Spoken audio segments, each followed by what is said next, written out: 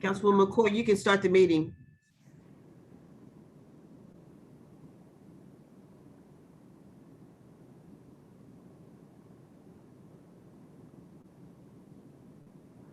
Okay. Are we live now?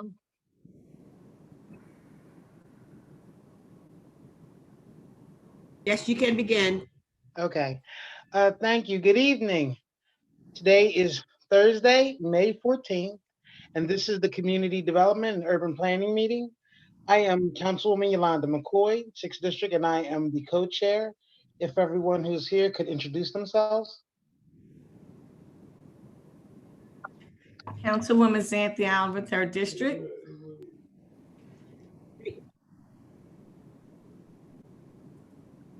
Hanifa Shabazz, President, City Council.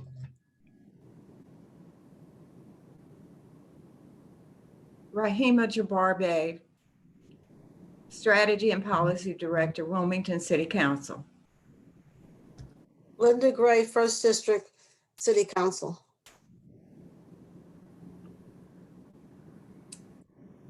Okay. So that is everyone. We'd like to start off the agenda this evening. We have a presentation on the lead reduction and healthy homes program, Newcastle County, given by Franchon Dickinson, program manager. Is Ms. Dickinson here to present? Good evening, everyone. I'm present. Thank you very much, President Shabazz and the rest of the City Council for allowing us the opportunity to share with you the Newcastle County Lead Reduction Program. I have the presentation here. Have they shown you guys the presentation? Okay, perfect. I see. Thank you. All right, great. Okay, so as most of you are aware, the Newcastle County, under County Exec Matthew Meyer, we received a $3.3 million lead reduction, also known as lead remediation and healthy homes grant. The city of Wilmington had the grant back in 2012. So just for a point of familiarity, it is the same grant fund. The project director is Mr. Marcus Henry, who's the general manager of community services, and I am Franchon Dickinson. Some of you know me in the city of Wilmington as Franchon Beeks. Next slide. I don't have control. So we were awarded this grant back September 30th of 2019. It was awarded by the U.S. Department of Housing and Urban Development, HUD, which was awarded more than they've ever done before, which is $314 million to 77 states. We are very excited to be part of the Region 3 to receive some funding. Region 3 received the largest amount of funding this particular NOFA, this particular grant. And as I said earlier, it's a $3.3 million grant for 42 months. Next slide, please.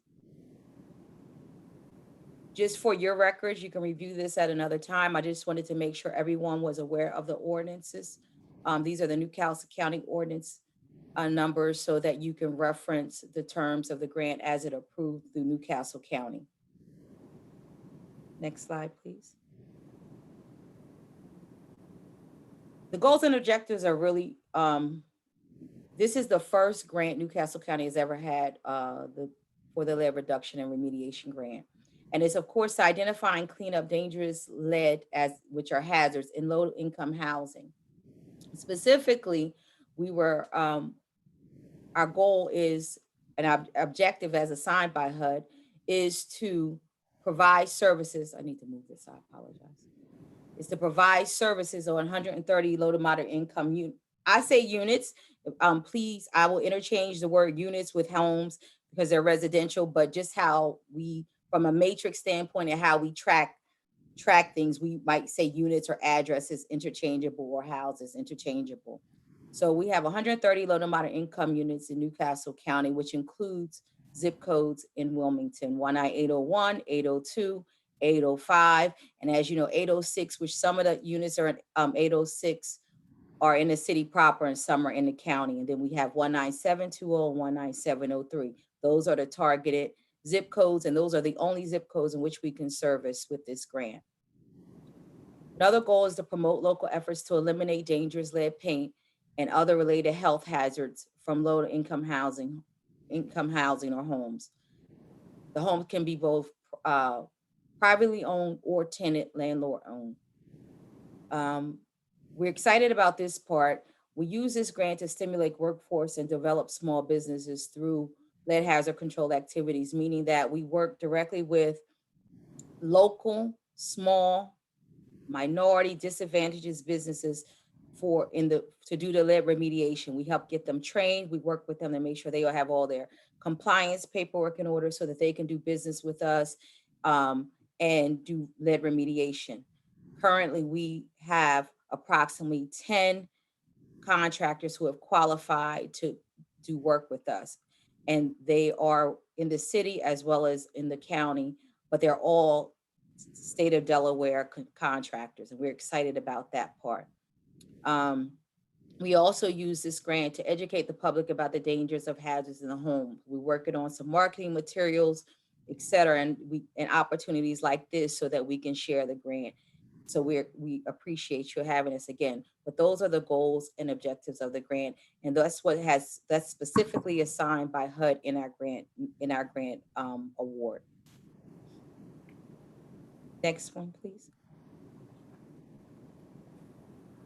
This is exciting news that the city of Wilmington is one of our major partners. That you committed early on in the grant. We were applying for the grant. We reached out to you, see if you will partner with us. So because we knew that a large amount of the housing stock would be in the city of Wilmington proper. And therefore, the city of Wilmington, through the Department of Real Estate and Housing, has committed $195,000 through CDBG funds for match. Those funds will be used specifically to provide remediation or healthy homes construction on city eligible units. Department of Planning, I'm sorry, can you go back? Thank you. Department of Planning are providing $65,000 in match, but not through physical dollars, through their time and efforts in assisting us in completing a mandatory component of the lead grant. In order to do any unit, we have to do environmental and regulatory reviews on those. And the Department of Planning is, they're helping us with that. And so we've estimated that their time commitment would be at approximately $65,000. And of course, license and inspection, they're just there as a support should we need anything when it comes to field work, et cetera. But we don't really anticipate, except making sure that they have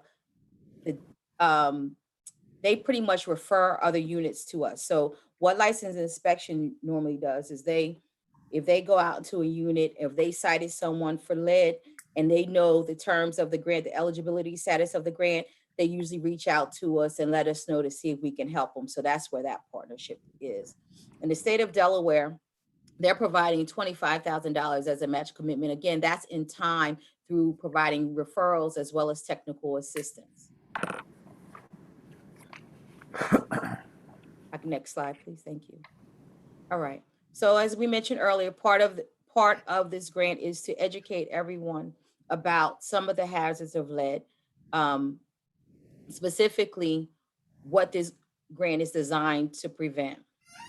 So as most people know, or if you don't, lead is a highly toxic metal that's found in housing stock built before 1978. That's an important date, before 1978.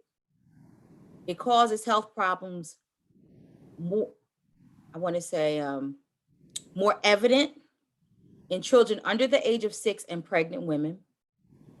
If absorbed, it can cause various damages, brain, nervous, vital organ damage, or the primaries damages as far as organs. But what is most important, and which is important to the health of our city, of our county, is that children specifically, or children under the age of 6, if they absorb lead, there's there could be severe behavior problems, learning disabilities, and seizures, and possibly death in the extreme cases, but that's what this grant is to prevent. We get elevated blood level. If the state gets an elevated blood level child, they will send those referrals to us, and those children are priority because they're at more risk for the more severe extreme case to become an extreme case if not identified and treated. And if we don't, not so Department of Health does the treatment piece, and we do the construction and remediation to remove the hazard from wherever that child spends the majority of the time, which is typically their home. Oftentimes, if the occupant of that home, and we do a lead risk assessment, tells us, hey, but they stay with grandmom or auntie 50% of the time, we will also make an attempt to get that unit qualified in the program so that we can assist in minimizing the hazard to that child who's already been identified as elevated blood level. Next slide, please. Okay. Well, I'm not going to go through this in detail, but just to let you know what my responsibilities are. I'm basically the day-to-day operations manager. I'm responsible for all the oversight of the program, from the fiscal and budget tracking to making sure that we are in compliance in the field, in compliance with our paperwork, with eligibility. I'm pretty much the oversight manager. Next slide, please. We have Kadrina Mack, who's a city resident. She's our client logistics manager, and her primary responsibility is to work with each eligible client, referral clients, all the way through eligible clients, all the way through the process. We do not want people to be afraid, to be overwhelmed, to have questions. So we've made sure we've had a staff member that will work specifically with every individual that comes into the program and walk them through from A to Z, from the time they put in their application. If they have questions, they can sit down with her. In fact, during the COVID-19, she's doing phone calls and other meetings with clients to help them complete their applications. We tried to simplify and streamline the process, but it can still be overwhelming to some people. So we are helping all those clients, and she is doing a tremendous job just doing one-on-one with them and answering any questions at any time and being totally accessible. So that, I thought that was a very important role, and I fought hard with HUD to make sure we were able to have that as a full-time position. Next one. So just to give everyone a quick visual of what some activity has looked like. This is a unit we did before. This is, if you see the cracked on the left, how the paint is chipped and cracked on wood components. And so they actually have a before and after. I don't see any chipped on this one, maybe so. But usually it's scaling. If you look at the top of that left photo, that scaling, chipping paint, that is when lead paint is a hazard, when it's scaling or chipping, when someone can ingest it, not necessarily when it's just lead paint. If the lead paint is stabilized and it's not chipping, flaking, then it doesn't present a hazard. But if it can cause lead dust or lead chips, then it causes a hazard. Next one, please. Okay, these are this is the after photo, one of the after photos, these windows on the left, that was the same house. So there's, most of the time, lead can be found, the lead hazards where we call what are friction points. So doors, windows, where they meet the frame of the, where they meet the frame when you're putting the window up and down. When you're putting the window up and down, I don't want to get too technical, so I'm trying to use layman's terms. But all of those points where that paint hits and chips, you all have seen it on your porches, you've seen it on your basement doors and your windows if you have wood doors. That's typically how and where the hazards lie in a home. Next one.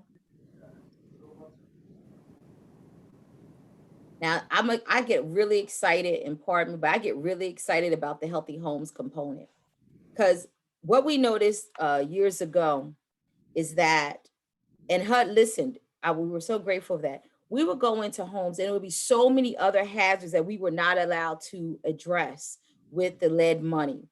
So we would have to rely on CDBG, weatherization programs, and hope that we could get the units, get that client serviced to get some of those things addressed in addition to the lead. But it extended the amount of time the process took, etc. So HUD created a healthy home supplement, and these dollars can only be spent on units that we are doing lead reduction work. But it's to help us address some health concerns such as mold, lead, carbon monoxide, some home safety issues. One of the things we noticed a lot is that some homes would not have screens in the windows, or broken panes in the windows, or missing a stair railing and things of that nature, especially, and if the carpet is really in bad condition, that can trigger asthma. So this supplemental funds, which is the 300,000 of the 3.3 million, this allows us to address those concerns. Now, when we do the lead risk assessment and the lead risk inspection or assessment, we also do a healthy homes inspection, where we have to prioritize. If we see healthy homes issues, we have to prioritize which ones we can address. But we have a couple of $1,000s per house that we can use to address those concerns. And it just makes for a much better end product, meaning that not only do we address the lead, but we're able to go in and address some other things that help the families.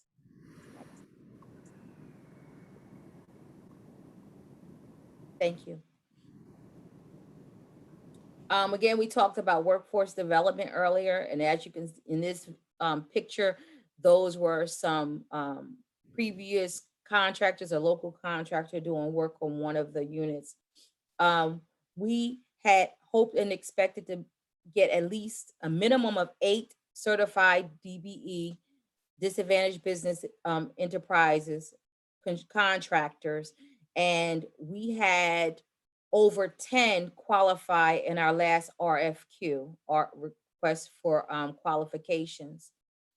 Our goal is to ultimately train 35 community and staff members for lead certification. You have to have a state lead abatement certification and an RRP certification, which is renovation. I always get that wrong. RRP, renovation, something in paint, right? You have to have those 2 state certifications. We just, before COVID, we literally just got 12 people trained. So we're excited about that, because we're well on task, exceeding our expectations with the workforce development. And again, we work with small local businesses. And part of that is, we help them because everybody's at a different stage in their business. So some have done business with the city of Wilmington, other municipalities, the state of Delaware, and some haven't. And so we assist them in making sure that they understand preparation, that they understand that we help them with their documentation. We make sure they have all their licensing and their insurance and their certifications, everything they need to be able to do work and be in compliance. We do monthly compliance and protocol education and training with our qualified contractors so that we get feedback from the field. We talk about the things we're seeing. We work with the state to review our work. So I'm really excited about the opportunity to be able to develop businesses. In fact, those who work with us, work with me specifically when I was with the city and did the program, they have gone on to be quite successful contractors and working with various municipalities as lead abatement experts. So I'm glad about that. And so we hope to be able to do the same this round. The average per unit contract is $12,000. So for every house, we anticipate the average to be around $12,000. But again, we've had units as much as $25,000, as small as $5,000. But we found that the average, and based on the funding, the average is going to be about $12,000 per unit for the contractors. So if you're getting 1, 2, or 3 of those a month, that could be really substantial for your business. Next one. This is just, again, we're going to be doing some countywide outreach. This is just an example of what you may see, but we plan on using social media a lot. In fact, you can go to our website now. We have a lead page, and we're going to set up social media. We're hoping that the city of Wilmington, when we share the information, you will be so kind to share it as well. Next. All right, so the biggest question is, so we got funded in September, but we didn't get approved to start work until January 5th. The reason is that once you get awarded with HUD, you have to hire your staff, and you have to go into what they call negotiations. And you have to, they might say, you know what, you got 5 employees, you should do 4. This isn't working. So you got to kind of negotiate to get to your final agreement. And we were able, and it's a lot of, it's a federal grant, it's a lot of money. So it's a lot of paperwork that has to be turned in. Your work plan, your policies and procedures, it's so much to do, your benchmarks. So we use all of that time to negotiate. And then after final negotiation, January 5th, we were able to get started. That's when we hired our other staff member, our administrative coordinator, who is Renee Sumter-Hayman, and we began to get our internal documents. So right now, again, we are so grateful for this opportunity to share with you. Right now, we are still accepting applications, and we're processing applications. The goal and objective is to have clients ready to go when the COVID lifts, that we have all the paperwork in order, and we're just waiting for our okay to begin construction. Once the executive order, we're awaiting the changes to the executive order like everyone, amendments to the executive order like everyone else, as well as HUD guidance. We are still finalizing all required City of Wilmington agreements and match commitment reports. Basically, all we're doing here is with the planning department, we have to get through the State of Delaware Historic Preservation Office, because they'll be doing the environmental reviews for the city units on our behalf. We have to present an agreement to them, to the state, so that they can do that. So they're doing that. We're doing that. We're also creating a tracking mechanism, some way to track our hours, the hours that the city invests in us, so we can count that as our matched dollars. We're also in the final stages of training and preparing those 10 approved contractors that we discussed. And then we had to rewrite, and we are rewriting some of our policies and procedures. I'm sorry, can you go back? Some of our policies and procedures around with the COVID restrictions. Okay, yep, I'm sorry, I hit everything. Thank you. Next slide, next one. So here's our contact information. Again, I'm Franchon Dickinson. We're located in Reed's Way, behind the main Newcastle building. We're in the Gilliam building. So when you get to Reed's Way, most people go to 87 Reed's Way, the main county building. We're the one behind that, the red brick building. That's our information, and we will continue to, we usually share with all of our information with real estate and housing and the planning department, but we're always accessible to provide you anything, counsel, that you need or want. So do you have any questions for me regarding the grant itself or the partnership between the county and the city when it comes to the grant? Thank you so much, Ms. Dickinson, for that presentation. Actually, there were a few hands up, but before I actually get to the hands, I just wanted to make certain that I recognize the council people who have joined us. Let me see. Councilman Turner has joined us from the 5th District. Councilman Congo has joined us from the 2nd District. I think that may be all. And also, I did see some hands up. Okay. I seen initially, I think it was Councilman Turner, then Councilwoman Oliver, and I'm not sure whether or not she came before President Shabazz or not. Trying to figure out the order. Councilman Turner, did you want to begin? Yes, thank you, Madam Chair. Ms. Dickinson, thank you for that wonderful presentation. Something that stood out to me, where you stated about the You stated about overseeing all the grants that come into this program. What stuck out to me is that you put emphasis on it, that you were going to basically oversee that. Can you let the public know why that is important? Because I mean, I'm assuming that if you have HUD, we have federal funds, and then we probably also have state and city dollars included. Okay. Well, first of all, I only oversee this particular HUD federal grant. Let me just clarify that. I apologize if I wasn't clear. And thank you. How are you, Councilman Turner? So first of all, I only oversee this particular grant as it pertains to the lead grant. There are state funds with the weatherization. We're partnering with them with referrals, but I don't oversee that. As far as Newcastle County is concerned, you have the Department of Community Services that has rehab programs for homeowners, et cetera. I am not a part of that.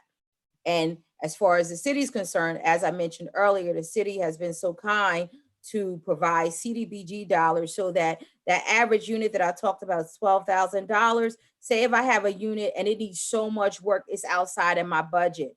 I can use those funds, and it's within the city proper. I can use the funds that from CDBG to assist in those homes that are over our typical budget parameters. So I only oversee the lead program as it pertains to the lead program for these federal dollars, which is $3.3 million. Thank you for clearing that up. And I'd like to also commend you. I think you said DBEs. Your goal was to get 8 DBEs, Yes. and I think you ended up getting 12.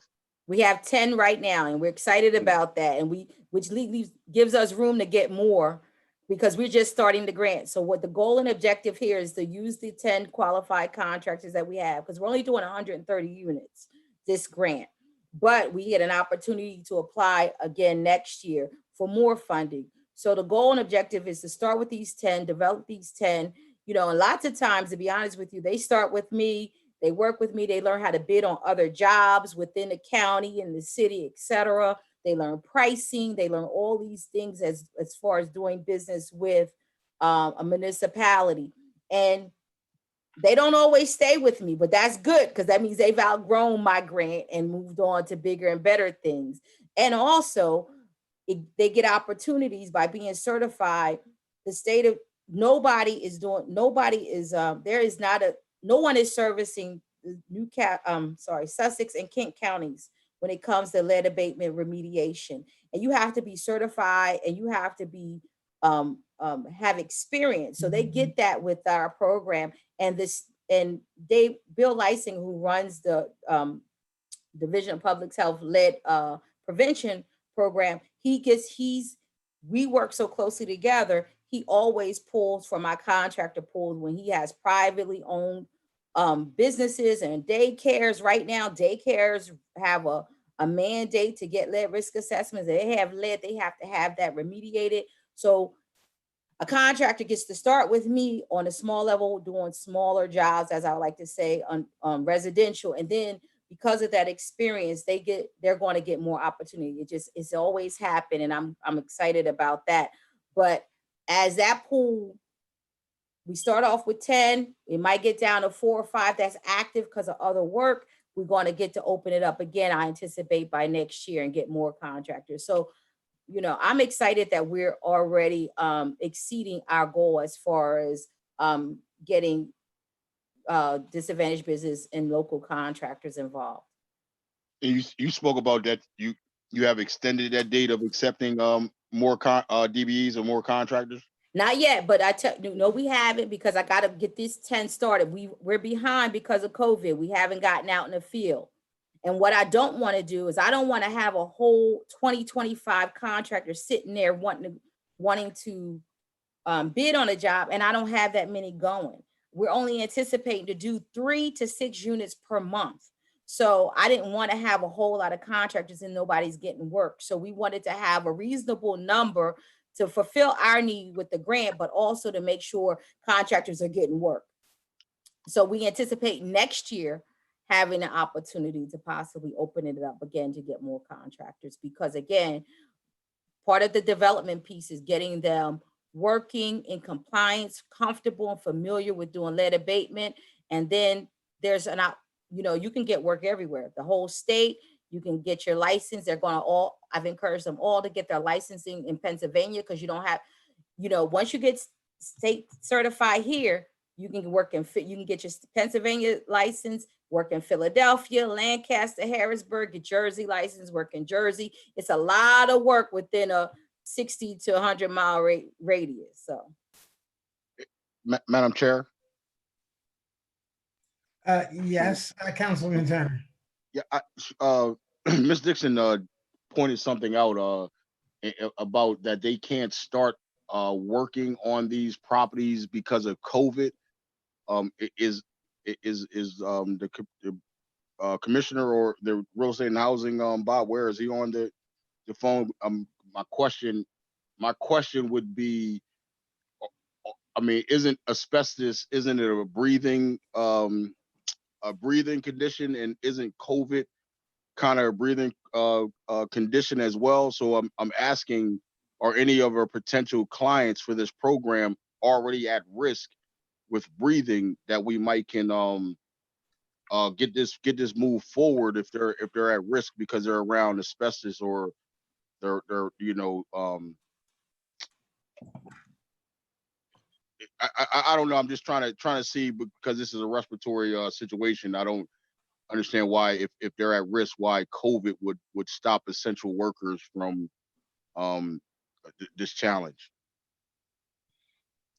Mr. Ware, I didn't know whether or not you were prepared to answer that question. But if you are, you may, but if not, we do have others that had their hands up as well.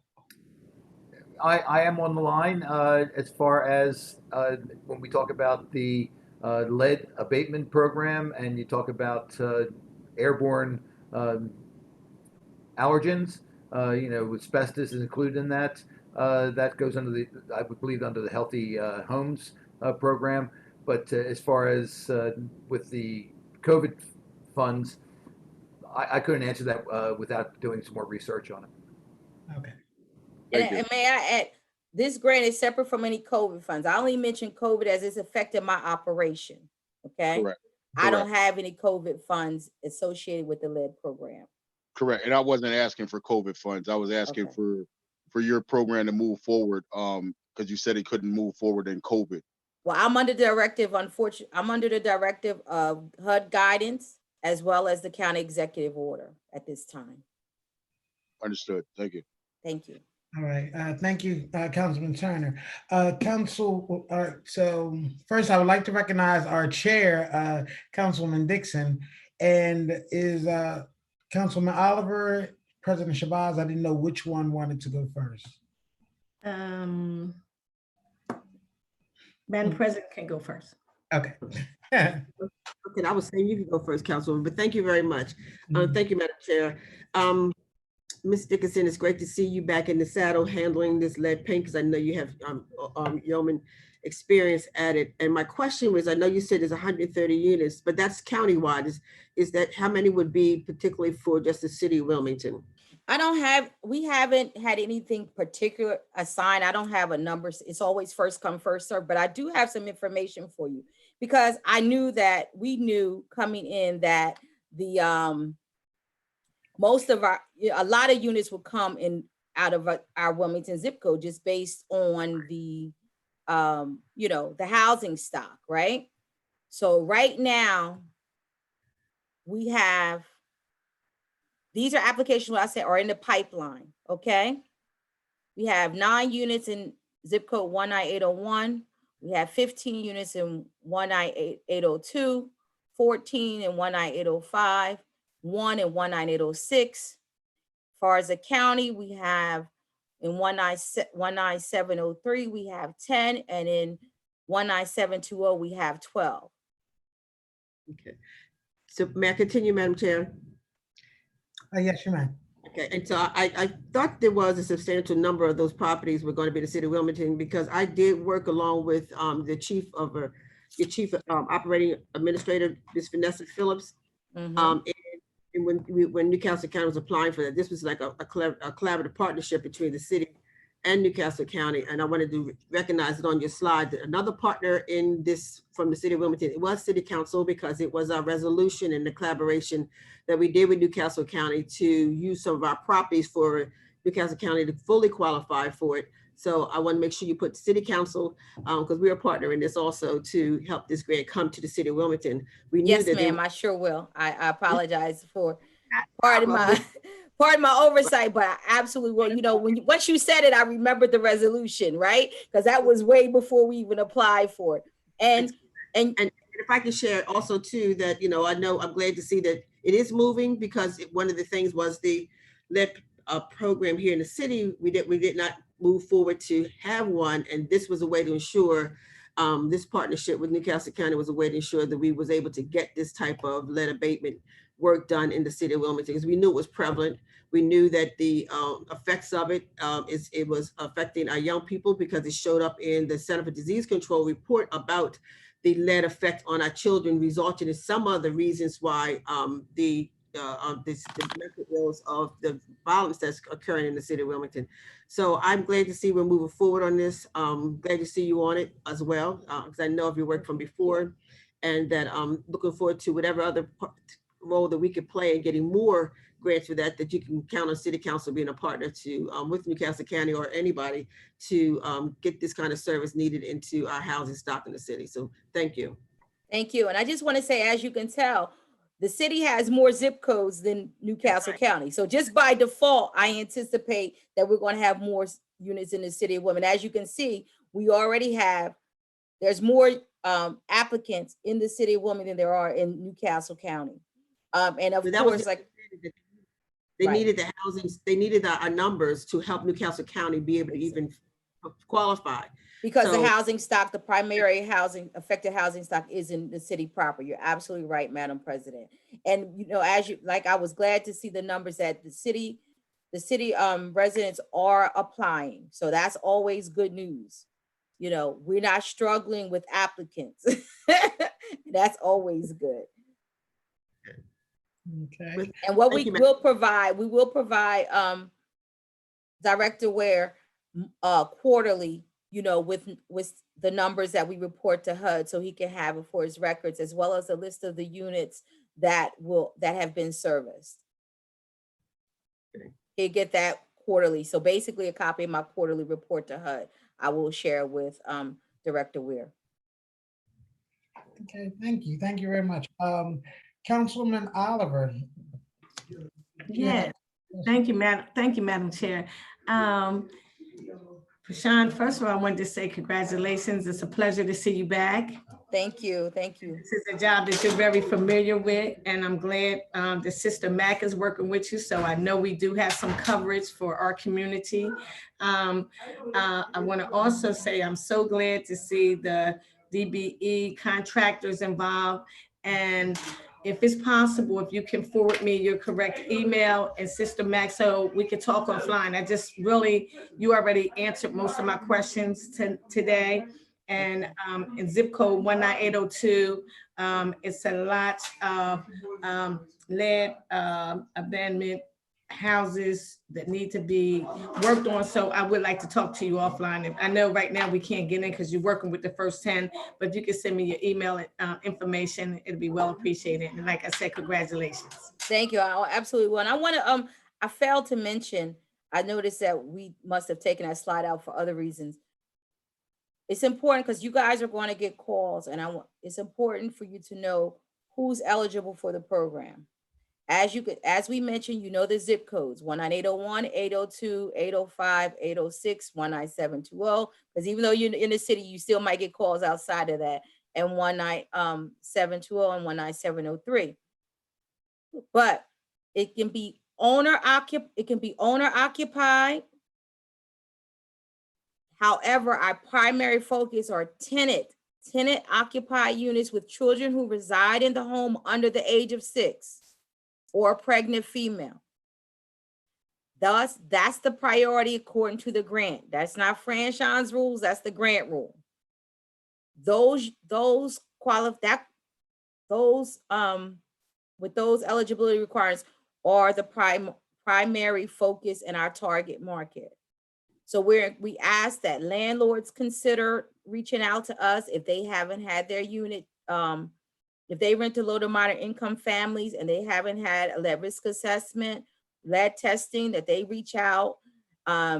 If you're a tenant and you have, you see peeling, chipping paint, and you think that you need this service, you can call us and we'll reach out to the landlord on your behalf. K-Mac, Kadrina, I'm sorry, we'll do that.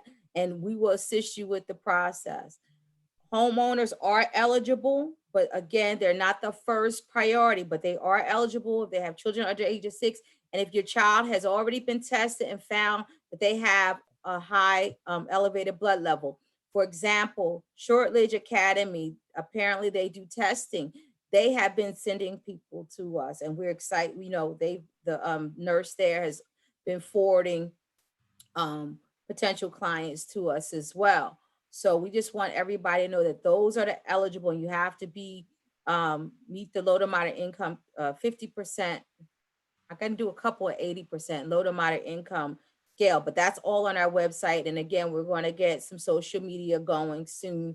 And then we have outreach partners, which you can find a full list once those are procured on our website. And we actually have, or I didn't want to list them because they haven't been procured yet, but we actually have local organizations who will be doing community outreach for us as well.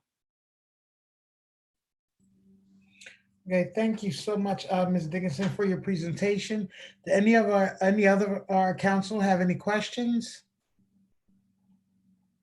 Okay. How about anyone? Do we have anyone in our public? Oh, Wilmington Lights. Well, no hands up on it from the public. So, as I state, thank you so much again for your presentation, Ms. Dickinson. Thank you. Thank you, Madam Chair Dixon. Thank you, Councilwoman McCoy, and I'd like to thank Ms. Rysheema Jabbar-Bey for making sure I was present and available, and everyone. And I'll specifically like to thank the departments who are supporting us hands-on day-to-day, Department of Real Estate and Housing, Department of Planning, and for the referrals from Department of License and Inspection. We greatly appreciate it, and we are glad and proud to be a partner in this initiative with you. Well, we are so glad that the partnership did happen. Actually, now when it comes to the second part of the next step in our agenda, since our chair is actually here, I wanted to hand things over to her. Are you ready, Madam Chair, to go to the next portion of the agenda? Yes. Okay. Actually, yeah. I'm gonna so that I'm correct. Okay. I'll pull up the agenda on my other laptop so I can see it. But I know it's an ordinance that's coming up next for that Councilwoman Oliver has. Is that correct? While I'm pulling it up. Yes, that is what I had on the agenda as well. Madam Chair, Yes, Councilwoman Oliver. how you doing this evening? Good to see you. Good to see you as well. I like to see everybody's faces. I don't like them pictures and all that. We don't get to see each other like we should. So if we get to say hi on Zoom, I really like that. Even though the pictures and all that stuff is nice, but I just like to see people's faces. As I said, since we don't get to see each other. So I want to say hi to everybody. It's like we're in the house so much. I just feel like I'm glad to see everybody. But with that being said, I'm going to hold that piece of legislation. I talked to the law department and there's some other things that I need to review before I can proceed with that. So I'm holding that piece of legislation so we won't be discussing it tonight. Thank you. Okay, thank you, Councilwoman Oliver. Appreciate that. Thank you. So we will be the next agenda item, and I still ain't able to pull it up because I've been doing two things. But I know Director Weir is up next, and I believe he has 3 resolutions on the agenda as well. Thank you, Chair Dixon. I appreciate the time and everyone's being here for me to explain what we're looking at getting done. There are 3 resolutions that we are talking about today. The resolution is, one is to authorize the mayor to file the consolidated strategy for housing and community development plan for the fiscal years 2020 to 2024. And the companion piece is the fiscal year 2021 annual action plan. This is a endeavor that we undertake every 5 years as far as our consolidated strategy. It's a roadmap for the activities that the city will undertake with the federal funds. It's produced from public input and informed professional consultation. We worked in conjunction with Newcastle County this year to gain the connection, because we know that the issues that we are looking to change and the communities we're looking to improve oftentimes do not stop at physical boundaries. I think that the DLED program is a great example of that, working together to make it work. The consolidated strategy plan, the 5-year plan, is subject to amendments, and then through a yearly action plan, that's how we report to HUD, basically on the activities that we've undertaken and our successes. The second resolution is a resolution approving the Citizens Participation Plan. This basically outlines the city's responsibilities for engaging the public during the preparation of these plans. This particular year, this is basically the city's acknowledgement of the HUD amendments given the COVID-19 conditions. So that approves virtual meetings, public notification times. As an example, public notification was 30 days. In this particular amendment, it's been reduced to 5. So that's a resolution approving the citizen participation plan. And then there's a third resolution that's authorizing the mayor to file a substantial amendment to the fiscal 2020 plan. This is about the COVID-19 funds that were awarded to the city. What HUD did is they approved those funds in this year's budget, so that we have to amend our action plan to authorize the city to accept those funds. It's approximately $2 million. I do have a PowerPoint deck that will break those down. But basically what happens is that this final resolution is the piece that allows us to accept that money. I would be grateful if we could get the PowerPoint presentation on. I can go through that. I don't know if anybody has any questions at this point before I go further.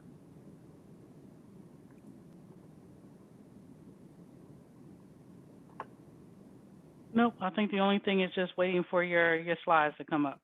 Okay.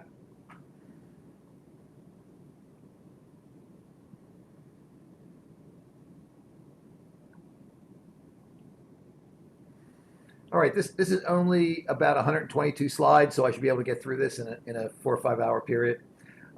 Just joking, sorry, a little humor. I was gonna say, what? I don't know if humor goes so well through Zoom, but that was a little humor.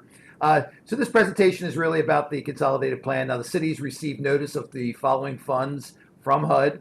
It's over $2 million of CDBG, $500,000 of home, $187,000 of emergency shelter grant, and $800,000 of HOPWA, which is housing opportunities for people with AIDS.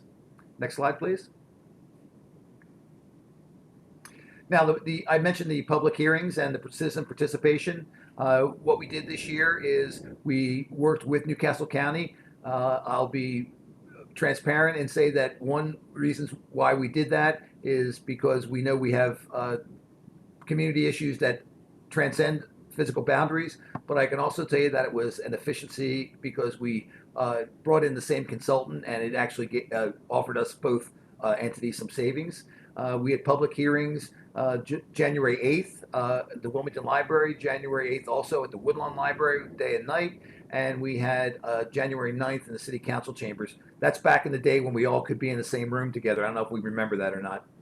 Next slide, please. When we look at the funding timeline, we've been working on this really since December, but we put together a request for proposals, and that was advertised in January, both the 4th and the 9th in the News Journal, by email to all our existing agencies that we're under contract with, on our website, and a copy was available in our Department of Real Estate and Housing.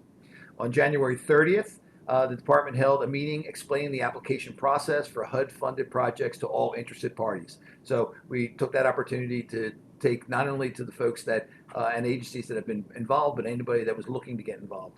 On February 19th, HUD announced the dollars that they were funding for us, and that was in the previous slide. On the 17th, the applications were due so that we had our RFP out. And then on the 19th, a review committee met and they reviewed the proposals and made recommendations. Next slide, please. The project criteria. It must address one or more of the targeted public service needs. So when we talk about our consolidated strategy and our action plan, that is our targeted public service needs. It must serve primarily low to moderate income persons in the city of Wilmington. The only exception to that would be that HOPWA, we serve low and moderate income persons in Newcastle County and Cecil County, given that we are the biggest participating jurisdiction. So you'll see that there are HOPWA agencies that are not located primarily in the city that receive money out of this grant process. The selection process, the applicants were reviewed by the advisory committee, and that was made up by a city council representative, a representative from real estate and housing, a representative from the mayor's office, a representative from the community, a representative from the continuum of care, a representative from Newcastle County, which we thought was important, a formerly homeless individual, and a veteran. Once those applications were reviewed, the recommendation then went to the mayor's office for final approval. Next slide, please. This is basically the breakdown of the agencies of what they requested and what was recommended for an award. There are two new agencies that came on board this year, and that would be the Urban Bike Project and Teen Warehouse. Next slide, please. Again, this outlines the emergency shelter grant, the HOPWA, the home dollars, the CDBG dollars, and the total request for the funds was over $5 million, and the money that was available was about 2.7. So obviously the need outstrips the resources that we have available to us. Next slide, please. This is a little summary. So we're looking at CDBG housing-related public services, the youth public services, the emergency solution grants, the housing opportunity for persons with AIDS, and then the home investment partnership program. So again, this is just a little bit more generic as far as that 5.5 was requested, and we had 2.7 to award. Next slide, please. I want to just talk very briefly about the COVID-19 funds. I've heard this said by more than one person, but these funds oftentimes are related to flying a plane at 40,000 feet and then building the plane at the same time. HUD made this award, and then they are giving us guidelines as far as what we need to do to access those funds. The Real Estate and Housing Department has been working with the Finance Department. We have the line set up. We have been talking to all our agencies that have been providing services and are under contract and been vetted by the city in the past. And we've been talking to folks that are out in the community providing services that previously did not accept federal funds. So what we're looking at, the resolution to authorize the mayor to file this substantial amendment. That's all about these COVID-19 funds. When you look at it, it's broken down to CDBG, ESG, and HOPWA. And as far as what the Real Estate and Housing Department has done is that we have suggested activities.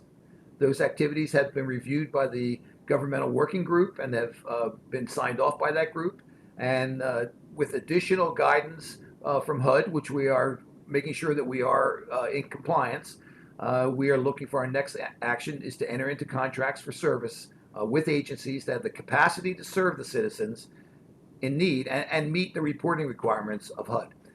The COVID-19 funds right now, it's very specific that they are only to be used for folks that are impacted by the COVID-19.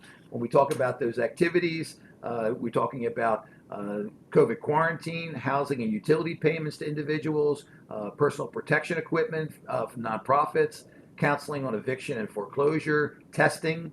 We're looking for shelter operations, street rapid rehousing.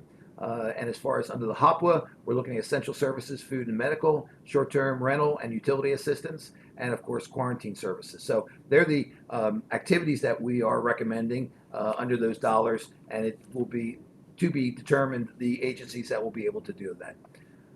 Madam Chair, that is my presentation on the three resolutions, and I'd be more than happy to try to answer any questions that your committee might have.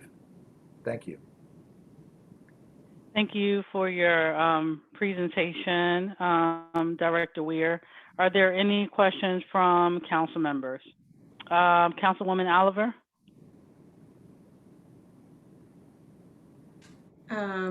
No, I guess it's not really a question. I just would say I think I think we do respect the process that you gave during the budget hearing, and each organization is very reputable and deserve whatever funding that they're giving.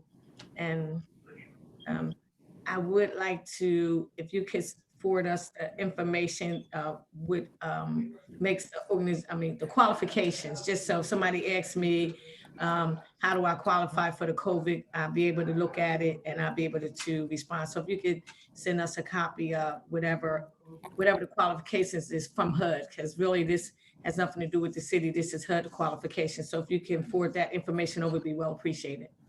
Absolutely could do that, yes. Thank you so much. Thank you, Councilwoman Oliver. Councilman Turner? Thank you, Madam Chair. Thank you, Madam Chair. And I just want to piggyback off of what Councilwoman Oliver stated. Director Weir, I think the HUD funds that you talked about is $2.2 million, $2,668,000, correct? Around about. Yes, approximately, yes. Okay. Are these those? You said those are reimbursable funds? Yes. As far as we would draw them down, and as the agencies that would be under contract would request funds for services, then we would reimburse them. And when you say under contract, currently under contract, no new contracts, or it had to be agencies that are currently under contract? No, as far as we have the option really basically to have either the agencies that are under contract right now that have the capacity, or if they are new to the federal funding process, they'd be vetted and so they could be new. Okay. Madam Chair, I just got one more request.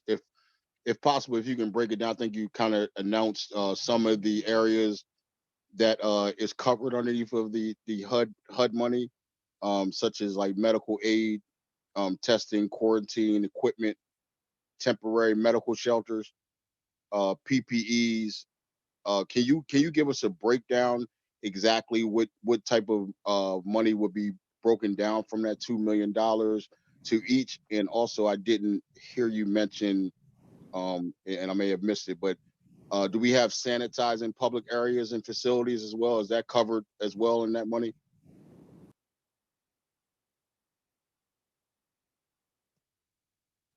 Director Weir, you're on mute. Sorry. Apologies. These funds they have to be directly benefiting the individuals that have been affected by COVID-19. So when you talk about some of these, activities and end uses, I think that, that would be one of those. We would just make sure that what we have to make sure is that it's not replacing any of the city's already budgeted activities, because that's ineligible.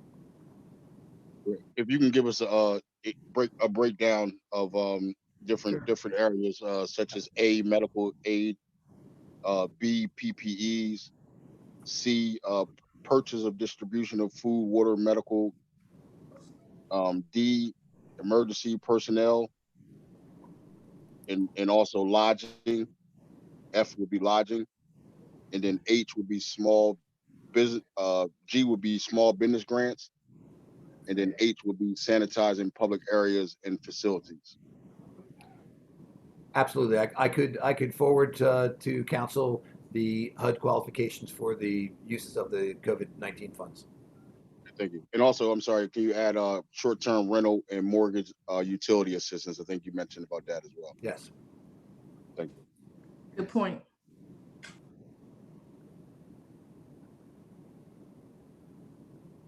Okay, and are there any additional questions from council members? Thank you, Councilman Turner.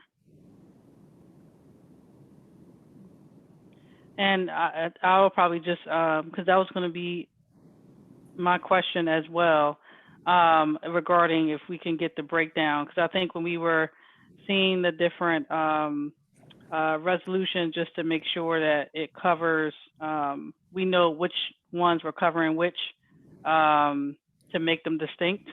Because I think too, what I've seen is that we have a set amount that we get annually in general for CBG dollars, for HOPWA, all those emergency services, and then there's additional now for specific to COVID.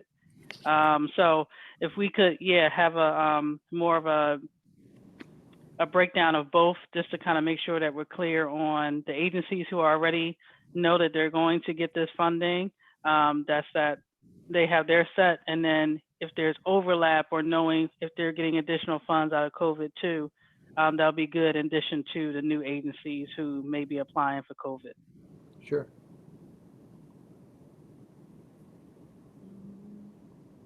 Is there, and just for mindful for the public too that's watching, just to let you know too that this is the second presentation from Director Weir, based off of his budget hearing that he also presented the same information. He has to present it twice to us, and so that's the reason why you're hearing the background twice. Any other questions from council members before we ask the public if they have any questions? All right, seeing no questions from council members, anyone from the public have any questions regarding to Director Weir?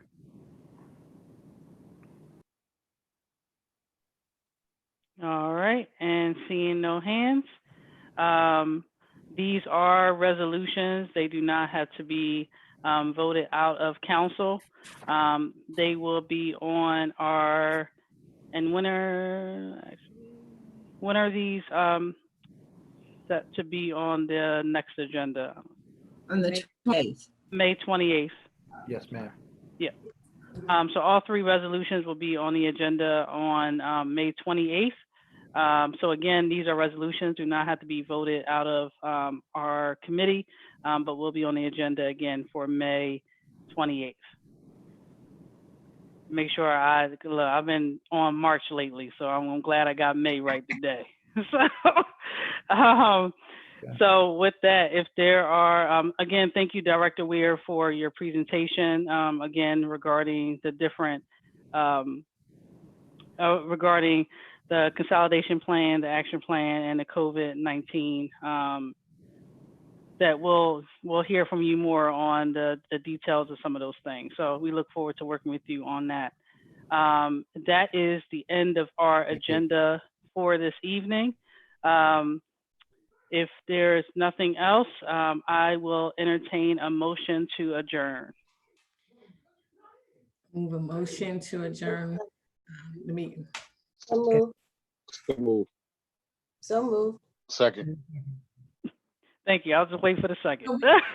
We don't really want to leave each other. Look, we're on the floor. We ready to go. Yeah, we ready now. We're Vash. I'm ready. Y'all have a good evening. You guys have a good evening. Thank you for again coming and joining our community development and urban planning community meeting. Have a good rest of the evening, everyone. Thank you. Thank you. Have a good one. Be safe.